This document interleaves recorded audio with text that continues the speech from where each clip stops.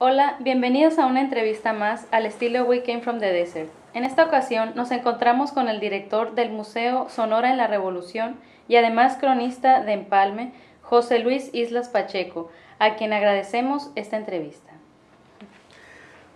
Buenas tardes, Buenas gracias tardes. por la apertura. Gracias a ustedes. Me gustaría comenzar un poco con la delimitación de un concepto que es el concepto de crítica. Lo manejaba Kant, crítica a la razón pura, mencionaba él en su libro, y en una traducción podríamos ponerle como algo así de determinar los límites y los alcances de algo, ¿no? En este caso me gustaría como determinar los límites y los alcances de un concepto, que es el concepto revolución. Dicen los historiadores que el concepto de revolución en México ha sido tomado en parte por el PRI, que vendría siendo como tomar un concepto y darle como una forma ideológica para actuar en pos de ciertas políticas. Mencionando esto porque también el concepto de lo que es revolución no necesariamente tiene que ser partidista, no necesariamente tiene que tender a una cuestión política. Pero le menciono esto por lo siguiente, me gustaría que determináramos un poco el concepto de revolución en cuanto al nombre que se maneja en Sonora, ¿no? En la revolución. ¿Qué vendría siendo el Museo de Sonora en la Revolución en términos conceptuales? Bueno, yo creo que ahí cada quien interpreta el término de revolución como le plazca, y en ese sentido el Museo Sonora de la Revolución ha sido muy cuidadoso. Por la experiencia a lo largo de estos 5 años que tiene de abierto este espacio, son muchas las formas en que la gente analiza ese proceso de la historia que surge precisamente allá por 1910. El museo ha sido muy cuidadoso en cuanto, y yo creo que todos los museos deberíamos de aspirar a eso, no podemos establecer un criterio.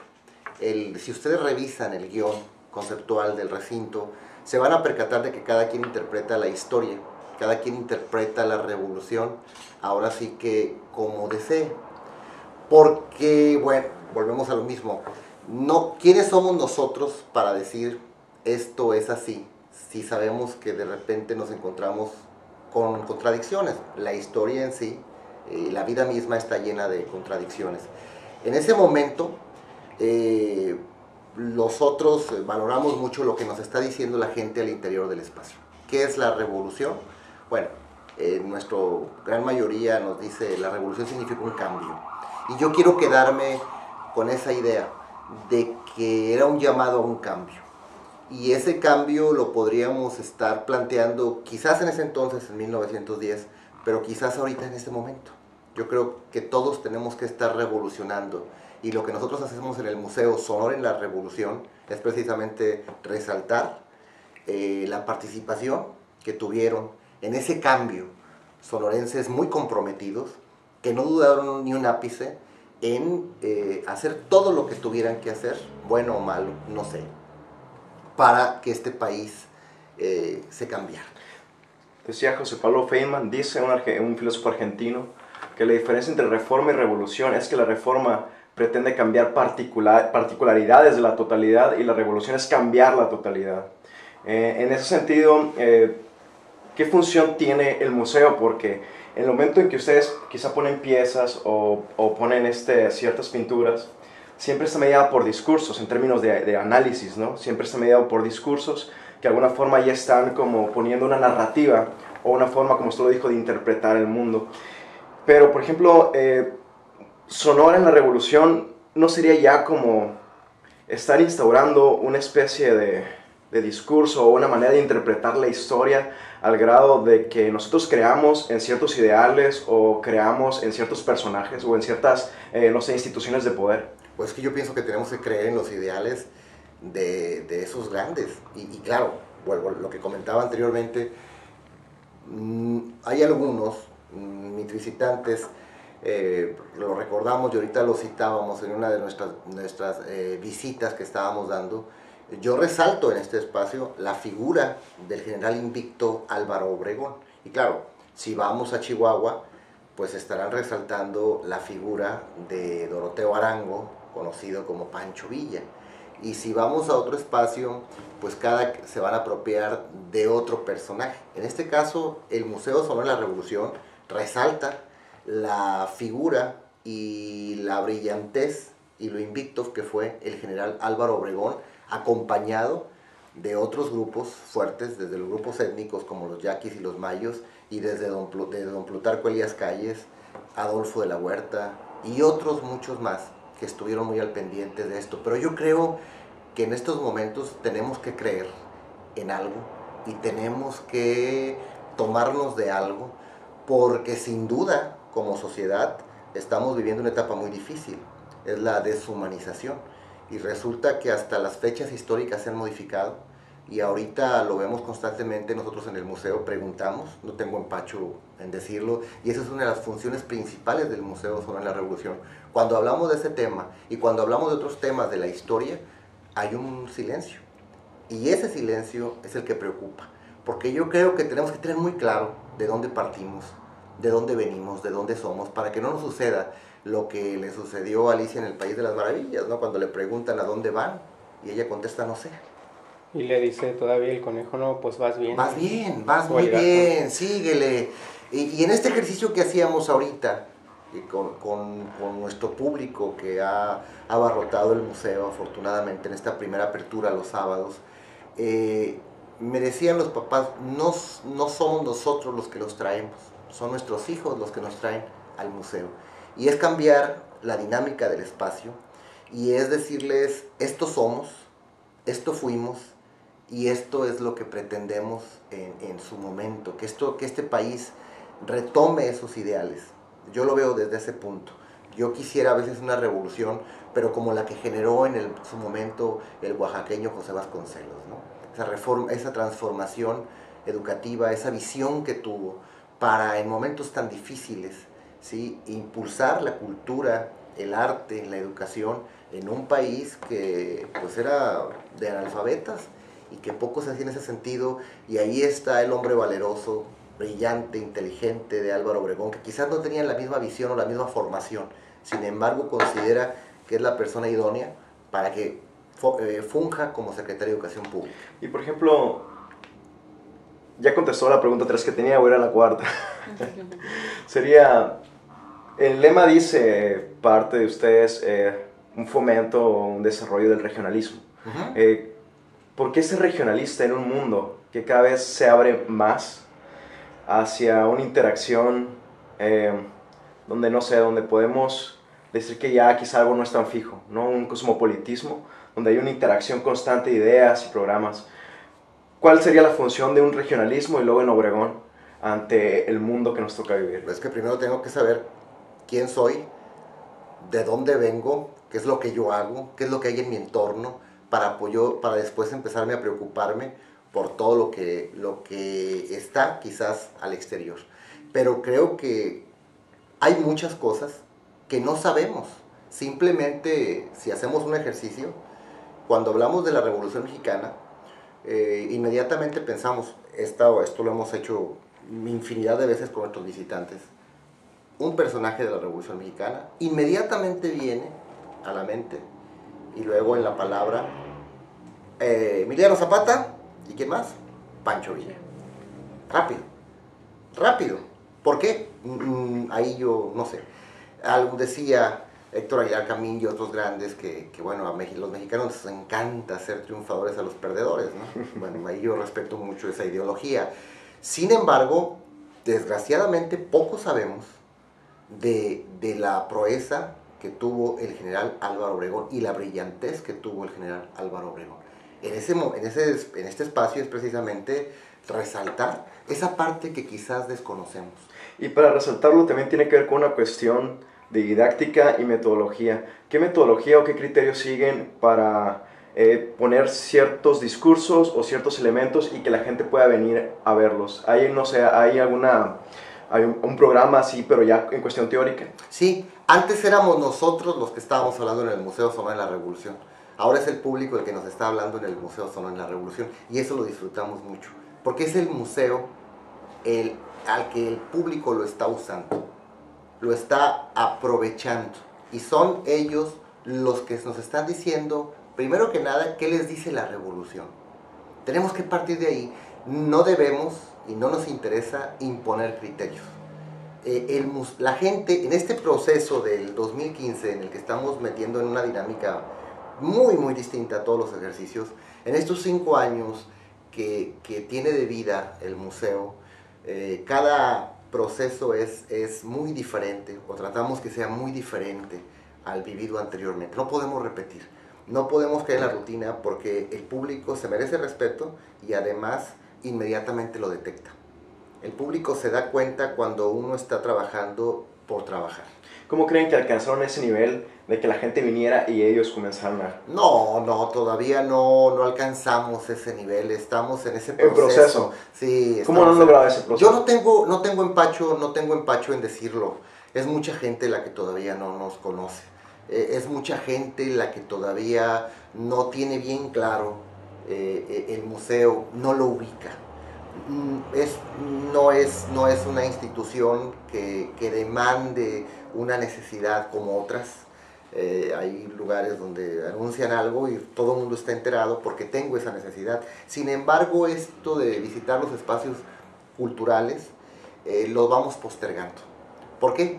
Porque nos gana la comodidad del sillón y porque nos jala la televisión y ahorita más las redes sociales, que ya lo estamos viendo en este espacio y en los que dirijo. ¿Cómo lo estamos logrando? Lo que estamos haciendo es ir a tocar las puertas una y otra vez. Si no se abren, pedimos permiso para derribarlas. Y lo que estamos haciendo es traer de la mano a la gente a este espacio. Hoy, que lo abrimos a la comunidad, pues el museo no tiene costo. Y cuando llegaron los primeros visitantes a las 10 de la mañana, nos decía un padre de familia: no soy yo quien trajo a los niños, son ellos los que me trajeron al Museo Sonora de la Revolución. Y esa familia y ese grupo que me tocó coordinar duró 3 horas en el Museo Sonora de la Revolución. Y luego inmediatamente viene la pregunta obligada, que como director la tiene uno que hacer, está obligado: ¿qué les pareció? Y los rostros o lo que nos dicen es: jamás me imaginaba un museo así, jamás me imaginaba un espacio así. Y inmediatamente comento: se esperaba algo aburrido, ¿verdad? La verdad sí. Yo pensé que llegaba a un museo donde había un cuadro y otro cuadro y otro cuadro, y guarde silencio, no hable, no corra, no grite, no empuje, no se acerque, no toque, no pase la mano. Yo creo que ese museo ya tiene que pasar a la historia. La sociedad está cambiando y los que estamos al frente de las instituciones culturales y de los centros culturales y de los museos en particular, tenemos que estar atendiendo a diario lo que la sociedad nos está diciendo. No sería un problema en términos de museo, porque si la sociedad cambia, hay que adaptar los objetos históricos para que sean reinterpretables, ¿no? O que se puedan interpretar. Pero es un problema también porque no alcanzamos como a indagar el significado originario que tenían. ¿No podría distorsionarse la revolución en este sentido? No, pero bueno, ahora con el centenario de la Revolución Mexicana, híjole, se hicieron miles de interpretaciones. Poquito faltó que alguien dijera: pues no existieron, no, la revolución no existió, no, ahora no. Y en una dinámica muy sencilla, en una dinámica que hacemos aquí, es jugar al teléfono descompuesto. Yo comento algo, se lo plasmo al grupo en especial adolescentes, llámese secundaria, lo hacemos antes de empezar el círculo de lectura, y les doy una frase, pero al oído, y luego también la escribo, y se la doy a la persona a la que le dije, y esa persona tiene la obligación de irla pasando, hasta que llega el último y suelta la frase, y la interpretación es completamente distorsionada a lo que yo le dije al primero, ¿sí? Y luego lo que está plasmado, ¿no? Entonces, cuando yo les digo la idea original, todo el mundo se ríe. Entonces, paréntesis, somos 15, estamos en este mismo momento. Y en este mismo momento distorsionamos todo. Ahora imagínate ese proceso de 100 años, cómo fue cambiando y cómo cada quien la va interpretando. Y es el papel que juegan los museos. Ahí es donde quizás responda a las preguntas anteriores, es muy importante saber de dónde venimos, saber quiénes somos, saber por qué estamos aquí. ¿Qué fuentes siguen ustedes en cuanto a la formación histórica? Estamos retroalimentándonos constantemente en lo particular, que soy el responsable de hacer los guiones que se establecen en las exposiciones. Pues bueno, el guión me lleva alrededor de 2-3 meses, porque me tengo que confrontar con muchos autores. Y veo un libro que me habla de don Porfirio Díaz y hay otro autor, pero resulta que entre ellos se están contradiciendo de una forma horrorosa. Entonces tratamos siempre de llegar ahí a lo que su gran mayoría están opinando y luego lo respaldamos con historiadores calificados, ¿no? En eso nos apoyamos con la Sociedad Sonora de Historia, con los propios de la Universidad de Sonora y con algunos cronistas serios, muy respetuosos, que están empapados en esto para, pues ahí más o menos, dar una idea más apegada a lo que pensamos que sucedió. ¿Podría decirse que las nuevas revoluciones son culturales? Pues me encantaría que así fuera, aunque en ese sentido como sociedad hemos avanzado mucho. En ese sentido hay cambios, ustedes son un cambio y una iniciativa que yo aplaudo, porque son ustedes los que se están preocupando por saber qué es lo que estamos haciendo nosotros como servidores públicos y como funcionarios. Y cuando uno se encuentra con medios de comunicación preocupados, al menos yo lo celebro, lo aplaudo y me obliga gustosamente a redoblar la tarea y saber que alguien me está vigilando y saber que alguien está observándonos, como hace poco, la semana antepasada, me tocó dar una entrevista y me decía, la reportera me habló y me dijo, en la toma de protesta usted como cronista municipal de Empalme, Sonora, dijo que iba a hacer esto y esto otro. Y necesito saber qué ha hecho. Cuando ella me dice eso a mí, me emocionó. Digo, dígame cuándo lo me quiere entrevistar. No, puede ser tal día le espero en mi oficina. Y cuando llega a mi oficina, lo primero que es, a ver, alto antes de empezar, en efecto, dije esto otro, aquí está lo que dije, en esto hemos avanzado y esto está pendiente. Pero está pendiente por esta razón, porque la historia no la podemos sintetizar en 2 días. ¿Queda claro? No. Pero estamos trabajando. Que es algo que usualmente no se estila, ¿no?, en los políticos, de dar explicaciones sobre lo que están haciendo. Pero yo pienso que si no las dan, pues las que debemos de exigir, ¿no? Sí. En este caso debemos de exigirlas. ¿Por qué? Porque, bueno, pues primero que nada es una obligación, en este caso es una obligación gustosa, recibirlos a ustedes principalmente, y es una información que tenemos que estarla publicando y tenemos que estarla informando. Yo no tengo empacho en decir cuando un proyecto no ha funcionado. Si no ha funcionado es porque la gente no lo aceptó, pero tampoco lo puedo estar repitiendo. No debo. Porque para caprichitos, mira, ni en mi casa. Ni en mi casa. Quizás cuando esté solo bañándome, ¿sí? Y en silencio. Ahí que el ruido del agua no permite que se escuche lo que estoy diciendo, ¿verdad? De hecho, hay una frase que digo que es: la historia se escribe con berrinches y caprichos muchas veces, y de ahí viene un montón de cosas que están en la historia, como grandes catástrofes o no sé. Pero no, bueno. Pues es que también, si revisamos la historia, uno dice, Dios mío, pero bueno, en nuestro caminar es obvio que estamos cometiendo errores, pero es lo que yo le digo al equipo de trabajo y lo que le digo al entorno: es preferible equivocarnos caminando que sentados esperando a que las cosas pasen cuando sabemos que no van a pasar. Económicamente, ¿cómo se mantiene el museo? Somos un organismo descentralizado del gobierno del estado, sectorizado a la Secretaría de Educación y Cultura. Es la forma en la que nosotros operamos. El gobierno del estado de Sonora nos entrega a nosotros un subsidio mensual para servicios personales y para gasto operativo. Oh, muy bien.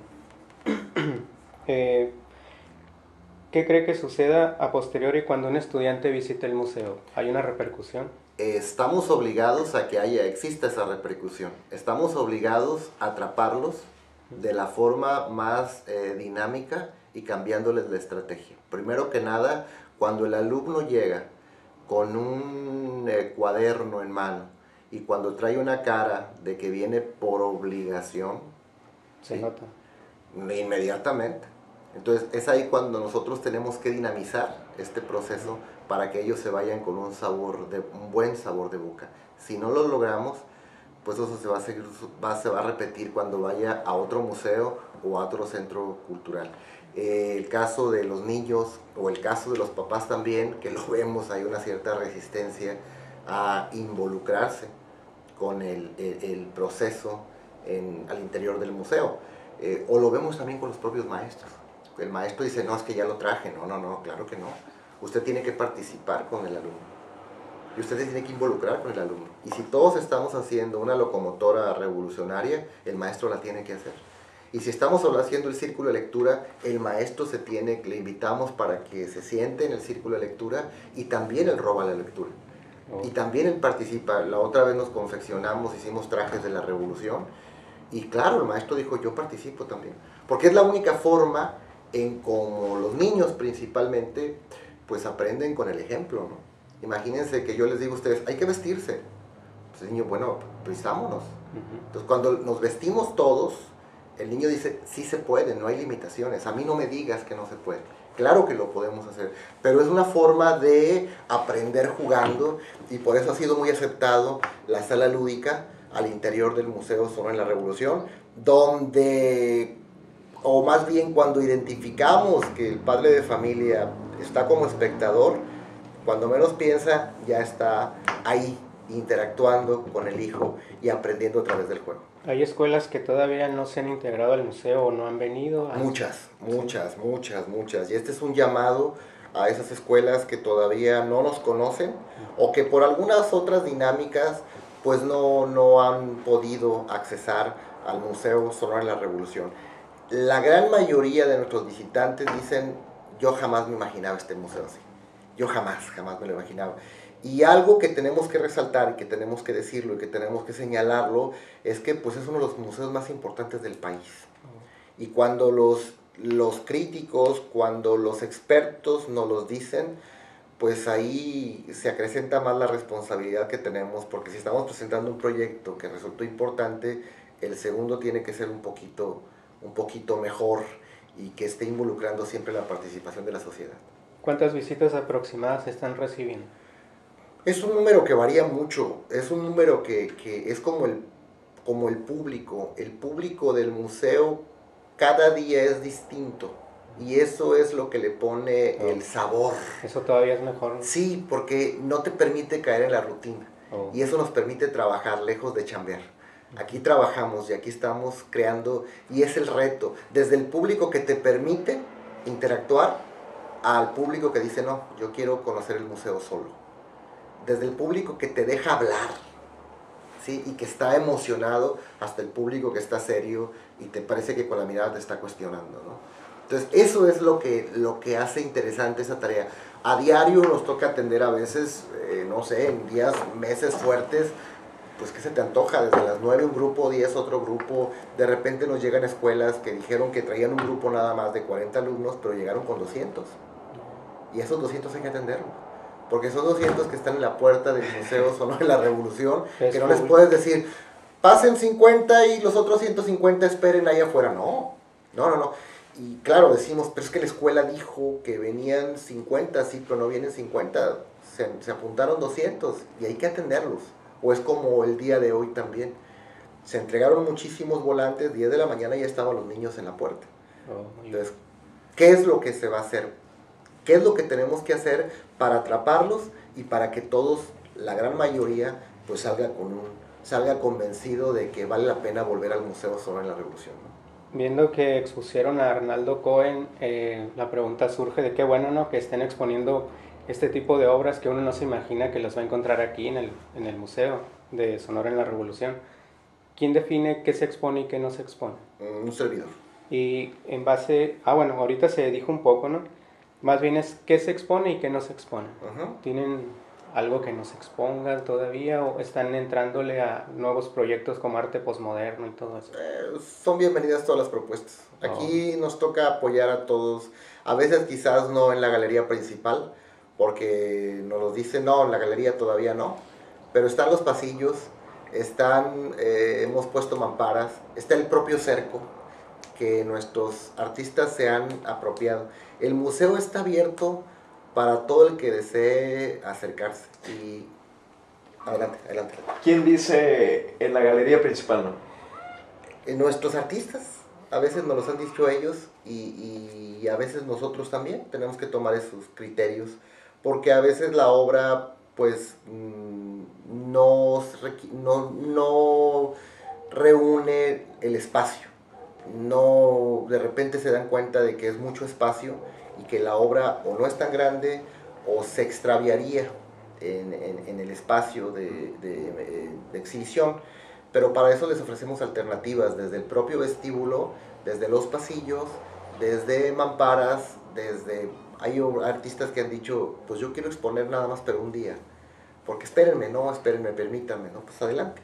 Los que se han acercado al Museo Sonora de la Revolución, la gran mayoría ha sido aceptada, ha sido cuestionado al principio en el sentido de que, oye, pero no es tema revolucionario. Oye, pero ¿por qué se le da apertura? Por ahí va la pregunta. Si no es tema revolucionario.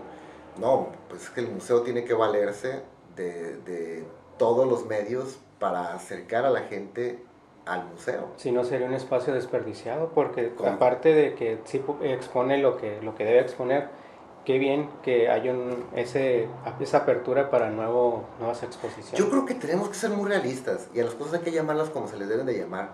Si yo dijera, vamos a hablar sobre el Imantur, vamos a hablar sobre Porfirio Díaz, vamos a hablar sobre, sí, la verdad está interesante, pero bueno, ¿sí? Sin embargo, y a veces la revolución a las presentes generaciones ya no les está diciendo absolutamente nada. Nada. O sea, ahorita preguntamos a los jóvenes bueno, esa es nuestra tarea, darles una pequeña orientación. Y si no les abrimos esos espacios, hablo principalmente de los jóvenes. Se han hecho festivales de letras, se han hecho conciertos, se han hecho a los jóvenes que andan interviniendo las bardas, vénganse, bienvenidos. Porque son otros públicos y porque es otro público que nos lleva a otro público. Abrir los sábados, por ejemplo, sin costo, ¿sí? Me acercó a un público muy distinto que ahorita la primera pregunta es, ¿ya conocí el museo? No, y la verdad me está gustando mucho. Y uno se da cuenta, desde que llega, oye, 3 horas al interior del museo, te está diciendo que está interesado. Cuando en realidad deben de permanecer casi 50 minutos, ¿no? Dicen. Bueno, una visita guiada, Una guiada. Es que tiene mucho que ver también los tiempos. Sí. Somos muy respetuosos de los tiempos de nuestros visitantes. Una escuela, por ejemplo, dice, no, traigo 45 minutos. Hay escuelas que nos han dicho, traigo 15 minutos. No, nomás cuento con 15 minutos. Entonces, uno tiene que ser muy respetuoso de esos 15 minutos. ¿Por qué? Porque tienen que partir a la escuela y porque hay un padre de familia que los está esperando en la escuela y al que no se le puede hacer esperar. Entonces, hay desde los 15 minutos hasta público que ha durado 4 o 5 horas al interior y que dicen, voy a volver, ¿no? Porque yo no conocía esta parte de la historia de México. Tenemos una nueva sección en las entrevistas que ya las últimas preguntas son lúdicas. ¿Usted se considera un revolucionario? Sí, claro, por supuesto. Sí, por supuesto. Genial. Sobre todo que me encanta matar la mediocridad. Y la otra pregunta es, como historiador, ¿cómo ve la vida? Bueno, yo como fotógrafo veo la vida con composiciones, colores, sombras. Michelle la ve con las palabras, con qué hay detrás de cada actitud en el ser humano. Fátima la ve como danzarina, le gusta bailar y todo eso. ¿Usted cómo ve la vida? Híjole. Como historiador. Yo veo la vida como un ejercicio maravilloso para vivir. Yo veo la vida en sonrisas, veo la vida en las formas, veo la vida en el color, veo la vida en la música, veo la vida en la luna, veo la vida en el sol, veo la vida en un gratísimo momento, pero también veo la vida en momentos de dolor. Yo creo que todos los procesos hay que vivirlos porque es parte de la vida. La vida nos permite y nos da la oportunidad de hacer un ejercicio que será responsabilidad de nosotros, si permanece o se esfuma. Es como esa vida que le dieron a José Alfredo Jiménez. Le dijeron toma tu vida, pero fue tan intenso que le faltó vida y por eso permanece.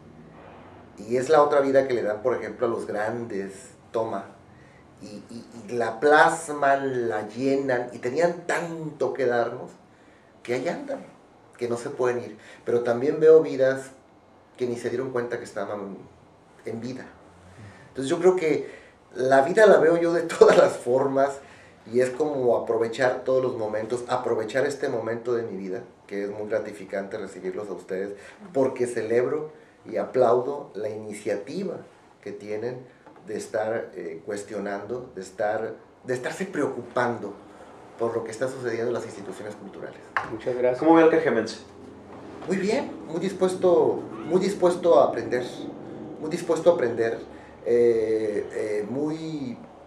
siempre muy dispuesto a decir qué es lo que tenemos que hacer. A veces lo noto medio serio, lo veo, yo no soy de Cajeme, lo veo medio serio, pero lo veo siempre con mucha disposición a decir qué es lo que tenemos que hacer, qué es lo que vamos a hacer. Y eso la verdad a mí lo aplaudo, lo reconozco, es un carácter fuerte y es un carácter de lucha y es un carácter de que dice qué es lo que tenemos que hacer. Así lo veo el cajemense, el que me ha dado la oportunidad de poder hasta cierto punto pues desarrollar lo que uno sabe, en este caso en el Museo Sonora de la Revolución. Bueno, José Luis, queremos agradecerte por esta entrevista. Nos gustó mucho el haber venido aquí y dar a conocer todo lo que está haciendo el museo. Queremos despedirnos, Michelle. Un gustazo. No, el gusto es mío. Muchas gracias. Sí. No, el gusto es mío. De veras. Qué bueno que son jóvenes, qué bueno que están preocupados por hacer esto. Qué bueno, lo celebro. Cuando se acerca un joven o se acerca un niño, por ejemplo, le pedía trabajo.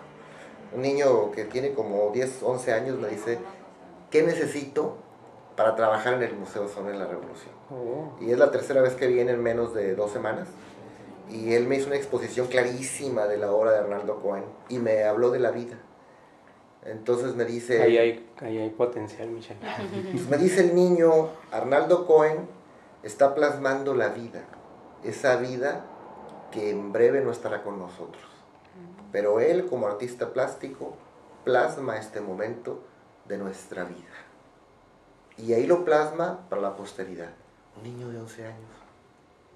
O sea, y ya no era yo el que estaba hablando, sino eran los niños los que le estaba interpretando. Otra adolescente, en cuanto ve la exposición, con mucha seguridad me dice, el artista está casado. ¿Por qué? Pero, ¿en qué te basas para decirme que está casado? Es que está casado.